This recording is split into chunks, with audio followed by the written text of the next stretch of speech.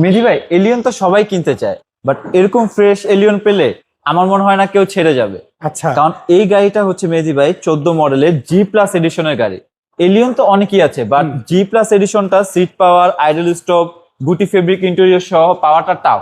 আচ্ছা এবং এটা যে কালার মেহেদী ভাই, এই কালারটা আরো সুন্দর, আচ্ছা। স্কাই ব্লু কালার, আমরা যদি ভিতর সাইডটা দেখি, এটা হচ্ছে বেজ ইন্টেরিয়র দেখতে পাচ্ছি। Beige interior. আচ্ছা, এইটা মডেলটা কত বলেন তো আমাকে? এটা হচ্ছে 14 মডেল, 17তে রেজিস্ট্রেশন, এলিয়ন জি প্লাস প্যাকেজের। সিএনজি বা এলপিজি না, কনভার্ট করা আছে? এটা ফুললি হচ্ছে অকটেন ড্রিভেন কার। আমি যদি আচ্ছা। আপনার ব্যাক পোর্শনটা ওপেন করে দেখাই। এইটা যদি কেউ চায় যে কোনো জায়গা থেকে চেক আপ করে নিতে? অবশ্যই মেহেদী ভাই, আমার প্রত্যেকটা গাড়ি আমি নিজেই রিকমেন্ড করি যে কোনো অ্যানালাইসিস সেটার মাধ্যমে চেক আপ করেই আমার থেকে গাড়ি নেই। ওকে, আমরা যদি একটু ভিতর সাইডটা দেখি, কোনো সিএনজি বা এলপিজি কনভার্ট করা নাই, না। ফুললি তেলে ব্যবহার করা এটা। ফুললি তেলে ব্যবহার করা ওকে, গাড়ি। সো এইটা আপনি যেমনটা বলেন, কালারটা আসলেই অনেক সুন্দর। জি। আমি যদি এই পাশটা একটু দেখি, গেটগুলো যদি একটু দেখি না, গেটগুলো খুব স্মুথ এবং প্রত্যেকটা ডোর দেখতে পাচ্ছি, ডোরের প্যাডগুলো খুবই ফ্রেশ রয়েছে। আলামিন ভাই, জি।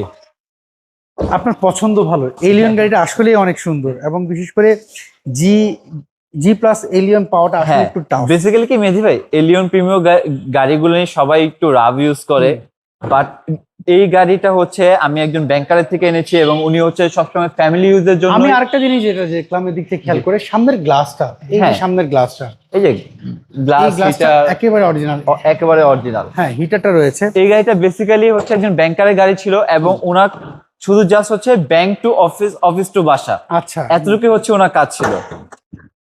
এবং এবং স্মার্ট কার্ড পেয়েছেন? হ্যাঁ, স্মার্ট কার্ড পেয়েছে। আচ্ছা, এখন কথা হলো কি, এটা যদি কেউ চায় জি। একটু চেক আপ করে নিতে যে কোনো জায়গা থেকে, সেক্ষেত্রে আপনাদের কোনো সমস্যা আছে নাকি বলেন তো?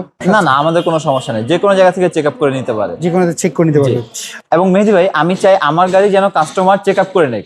আমি নিজেই কাস্টমারকে বলি যে কোনো অ্যানালাইসিসের মাধ্যমে চেক আপ করুক।